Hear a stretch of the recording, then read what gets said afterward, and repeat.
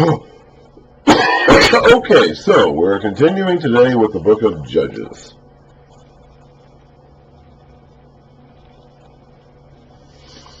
Today we are in Judges chapter 4. In Judges chapter 3, we read about the first three judges, Othniel, Ehud, and Shamgar. Didn't read a lot about any of these guys, so we read about, well, we didn't read very much about Shamgar at all. Shamgar is most interesting because of his name. Actually, there's a couple things.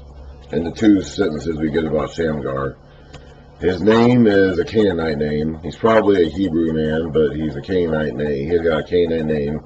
His father's name is Anath, or he's Shamgar, son of Anath, and Anath is a pagan god or goddess name. And he fought the Philistines with an ox goad, an unconventional weapon. That's all we really know about is Shamgar. Don't know how long he was around or whatever. And now we're going to go on to chapter 4 with Deborah and Barak. After Ehud died, the Israelites so I don't know about Shamgar. It says after Ehud. It doesn't say after Shamgar died. So I don't know. In verse 31 of chapter 3, at the end of chapter 3,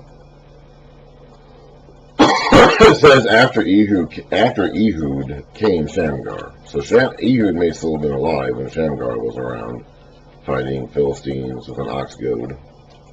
But this is after Ehud died. So this is, I guess, sequentially after Ehud's lifetime. The Israelites once again did evil in the eyes of the Lord. So the Lord sold them into the hands of Jabin, a king of Canaan who reigned in Hazor. Now we read about a guy named with this name reigning in this city back in Joshua. Dum-de-dum, dum-de-dum. Joshua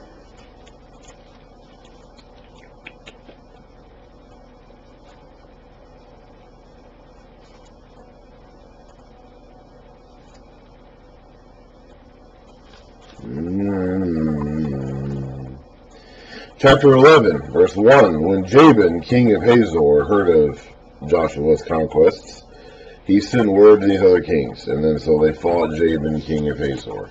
In Joshua chapter 11. Chapter 11, verse 10. At that time Joshua turned back and captured Hazor and put its king to the sword. Hazor had been the head of all these kingdoms. Everyone in it they put to the sword. They totally destroyed them, not sparing anything that breathed, and burned up Hazor itself. That was a century or two-ish earlier.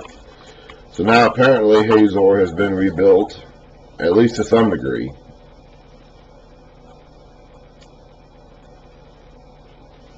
I have a cat here. I'm trying to figure out what she's doing. I guess she's just licking herself, I guess.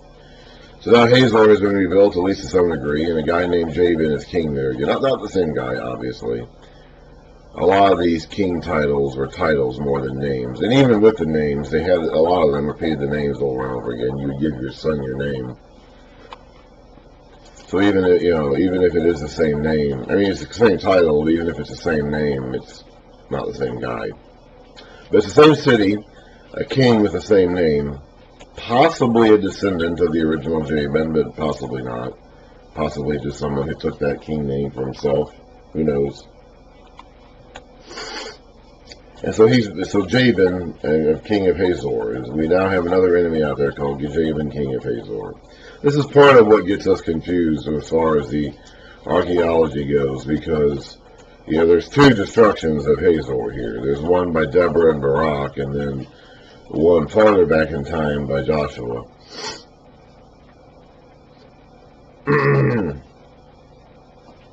So if you find Hazor, which I believe they have found, you're looking for two evidences of two separate levels of destruction or attacks on a city about a century or two apart. It's hard to say. Not too much time has passed. We've only had 3 judges so far. I don't know how much Shamgar factors in the timeline, but who knows? I mean, seriously, who knows? A lot of this is too vague to be certain about. So, The Lord sold the Israelites into the hands of Jabin, a king of Canaan who reigned in Hazor. Excuse me. Most of the action in this book, however, is not going to be, in this chapter, is not going to be about Jabin himself. It's going to be about this guy, the commander of his army, named Sisera, who lived in Harosheth Hagoyim. He's actually going to be our antagonist in this chapter. Because he had 900 iron chariots and had cruelly oppressed the Israelites for 20 years, they cried to the Lord for help. Deborah, a prophetess, the wife of Lapidoth, was leading or judging Israel at this time. This is very definitely a woman. The text wants you to know very clearly this is a woman. She's not just Deborah. She is also a prophetess, a female prophet, and she is someone's wife. The text wants very much to emphasize that this is a woman in charge of Israel at this time. She held court under the. I don't think that this is done. I don't think this emphasis is placed on Deborah being a woman in order to highlight how great it is that a woman is in charge. I don't think that's how the ancient authors would have thought of that. I think the emphasis is placed on that for the sake of highlighting how shameful it is that the men are not in charge. I believe that is how the ancient author's mind would have worked. I don't think he's necessarily criticizing Deborah for anything. He doesn't. But I also don't think he considers it a source of pride or something to be admired that a woman has to be in charge during this time. I don't believe that would be what would be going through the ancient author's mind on this. I believe he emphasizes Deborah's womanhood to shame the men of that time for not doing the leading themselves. We can say whatever we want to say about that, but I think that's what the ancient author probably thinks about this. I don't know who it is, whether it's Samuel or some other guy who comes along after Samuel or record. I don't know, but I believe that is the point that's being made in this ancient text to the original hearers of this ancient document. She held court under the palm of Deborah. Now this is not her palm. We had another Deborah earlier, remember? Way back in Genesis, we had a lady named Deborah. Dum-de-dum, dum-de-dum. Way back in Genesis 35, when Jacob goes back to his area after leaving Laban behind, and after the incident with Shechem happens and the rape of Dinah, Jacob's daughter, God tells Jacob to go back to Bethel, where he originally had his dream about God's presence being with him. And sometime around here,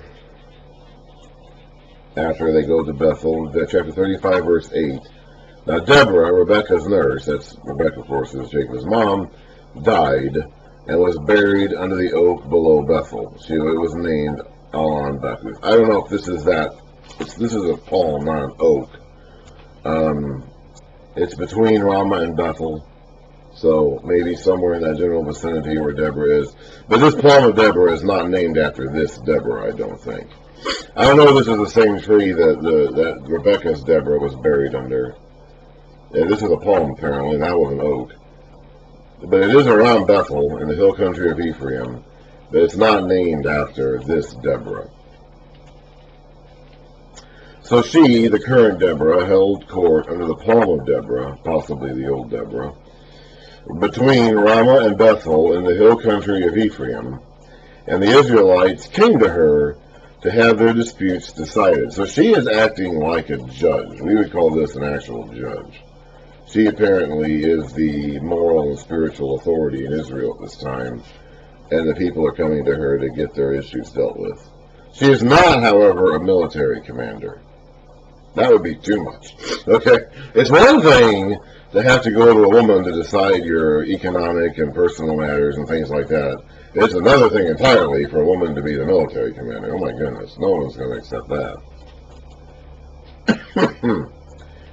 She sent for Barak, son of Abinoam, I don't know how to pronounce that, I'm sorry, from Kadesh in Naphtali, and said to him, "The Lord, the God of Israel, commands you, go, take with you 10,000 men." So she's speaking the word of the Lord here. She is a prophetess.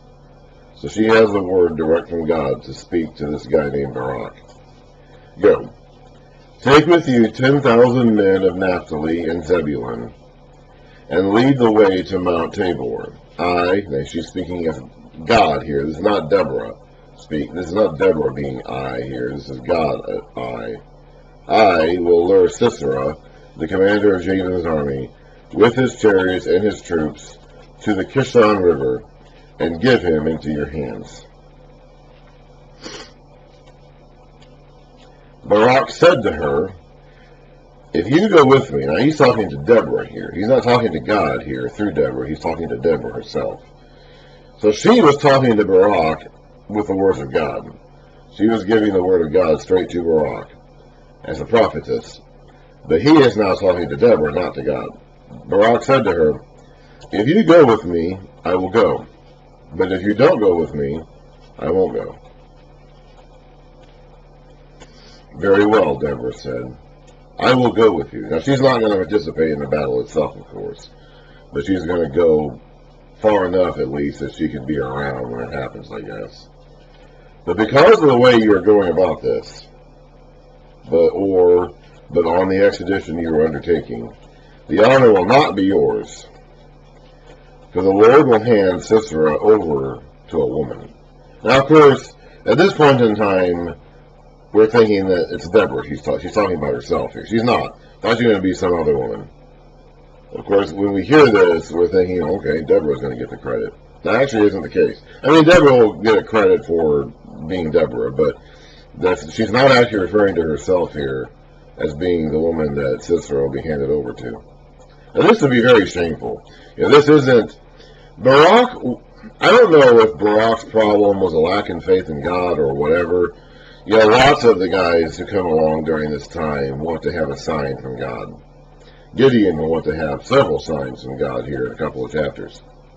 Even Moses needed several confirmations of God's presence before he was willing to go and try to talk his way out of it. So Barak is not acting, in that sense, he is not acting any differently than a lot of the previous and future leaders of Israel have. But it seems like he's putting his faith a bit too much in Deborah herself here, rather than in God.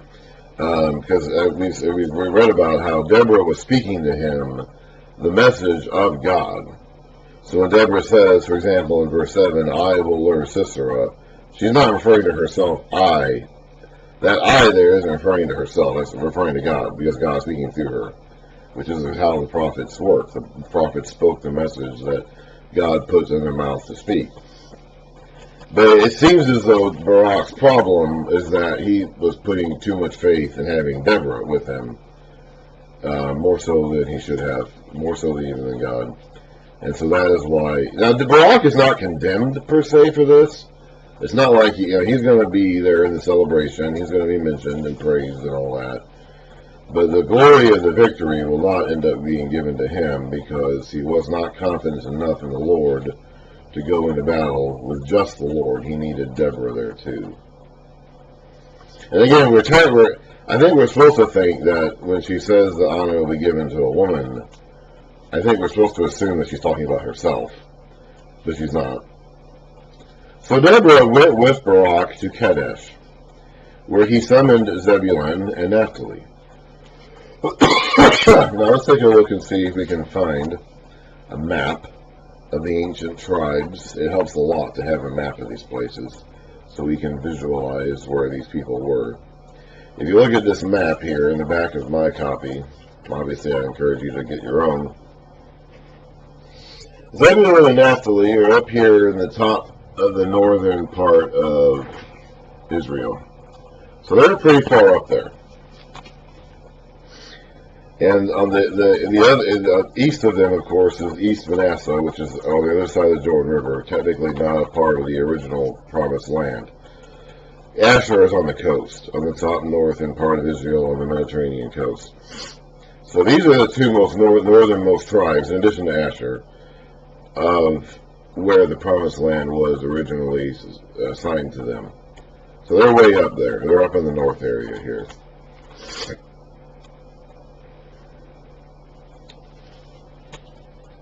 So Deborah went with Barak to Kadesh, where he summoned Zebulun and Naphtali. 10,000 men followed him, and Deborah also went with him.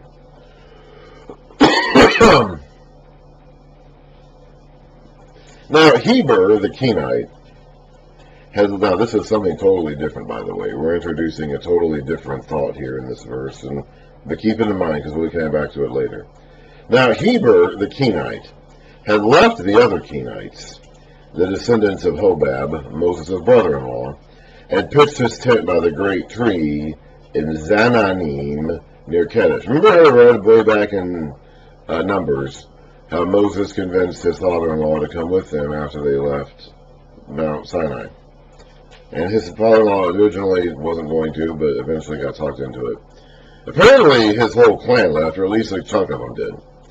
We've read about these Kenites floating around before already. So apparently it wasn't just that one guy. He brought at least part of his family with him. And they're in the area. They're settled around in the area with the rest of the Israelites. This is a breakaway clan. This is a breakaway family here. Heber the Kenite.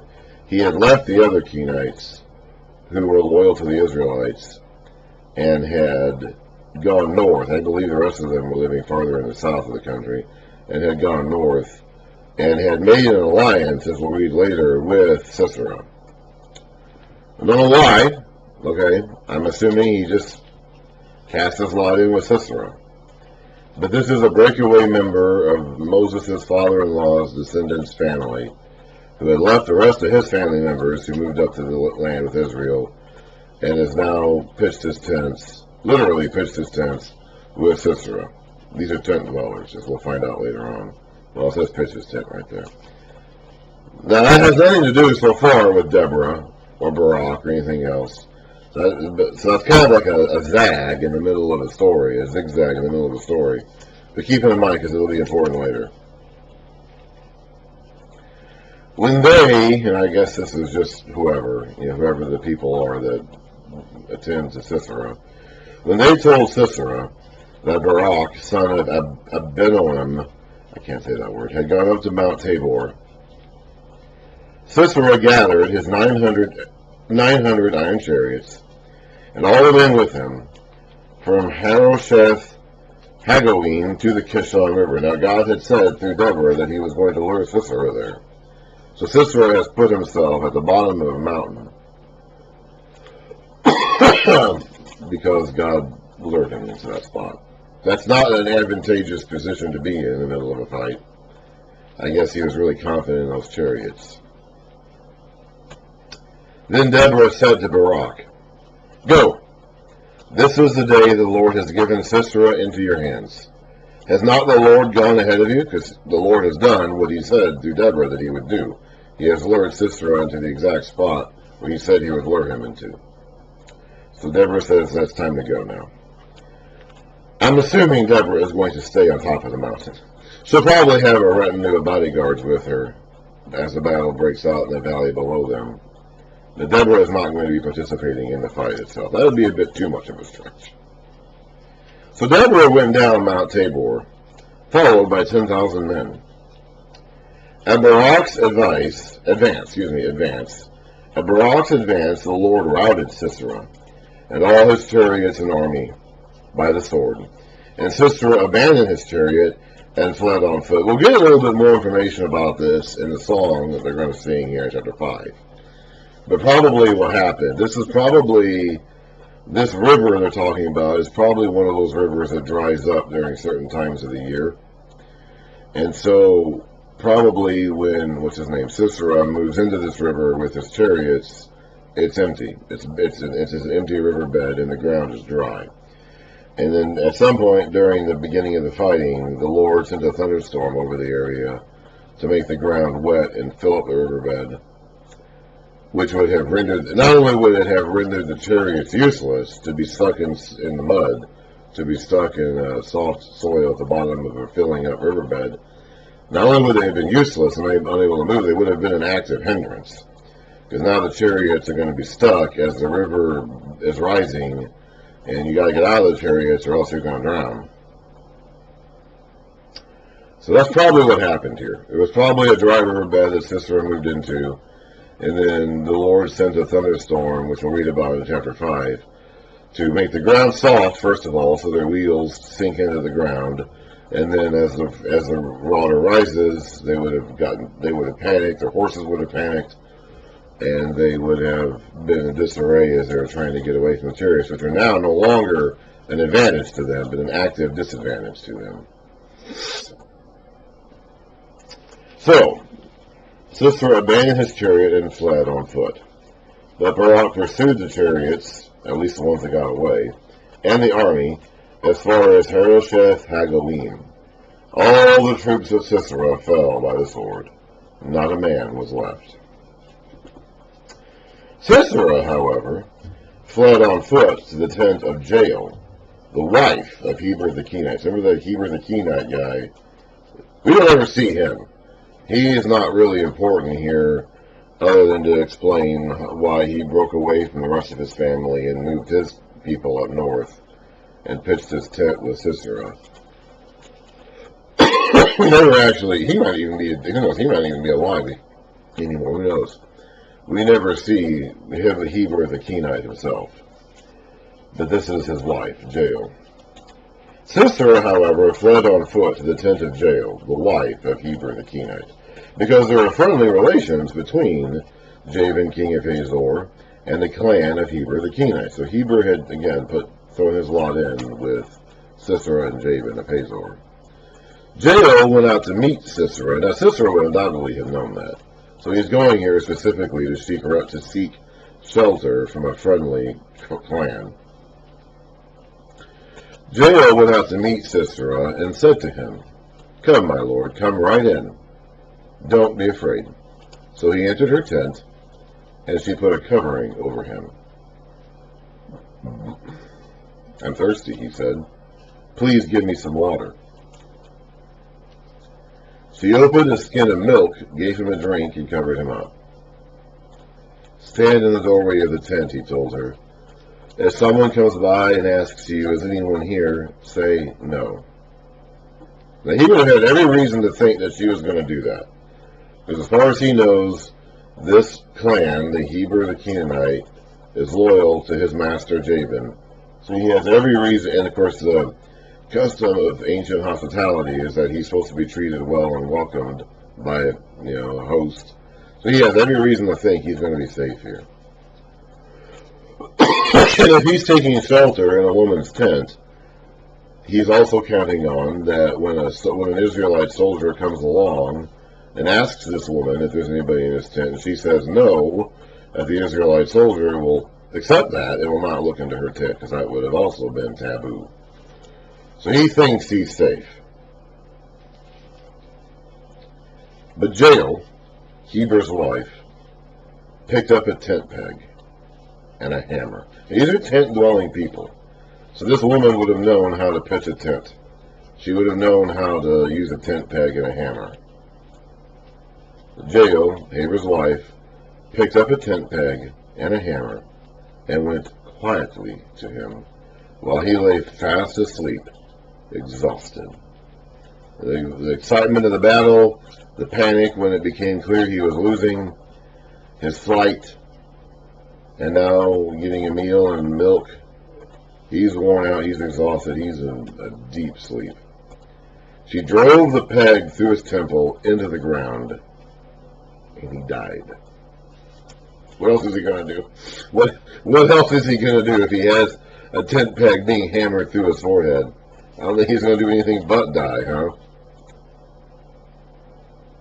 Barak came by in pursuit of Sisera, so they were coming after him. And Jael went out to meet him. "Come," she said, I will show you the man you are looking for. So he went in with her, and there lay Sisera with the tent peg to his temple, dead. On that day, God subdued Jabin, the Canaanite king, before the Israelites. And the hand of the Israelites grew stronger and stronger against Jabin, the Canaanite king, until they destroyed him. So we don't actually read about them conquering Jabin. The battle apparently was with Sisera. I guess once they got rid of Sisera, Jabin was just a technicality. There was no doubt, I guess, at that point they were going to get Jabin too. We don't even really read about that. Why did Jael do this? No idea. Okay, the text does not explain her motivations at all. Maybe she was still loyal to the Israelites. Her husband apparently was not. Her husband had left his clansmen, had taken his clan, his family up north, and apparently cast his lot in with Jabin, king of Hazor. Maybe she disagreed with that. Maybe she never agreed with that, and this was just an opportunity that presented itself to her to set right what, in her eyes, maybe had gone wrong. Maybe she never did agree with her husband's decision to move north and cast his lot in with Jabin, and this was just her way of getting out of that arrangement. I don't know. What happened to her afterwards? Well, I mean, you'd think her husband would be mad at her. Okay. I don't know what happened. What would have happened after this to her? I don't know. I'm assuming that the Israelites would have offered her protection if her husband Heber, the Kenite, had decided that she had violated his authority or whatever and wanted to do something in retaliation, but who knows? We're going to get more information about this in the next chapter. We're going to make that a new video because this one's already going on pretty long.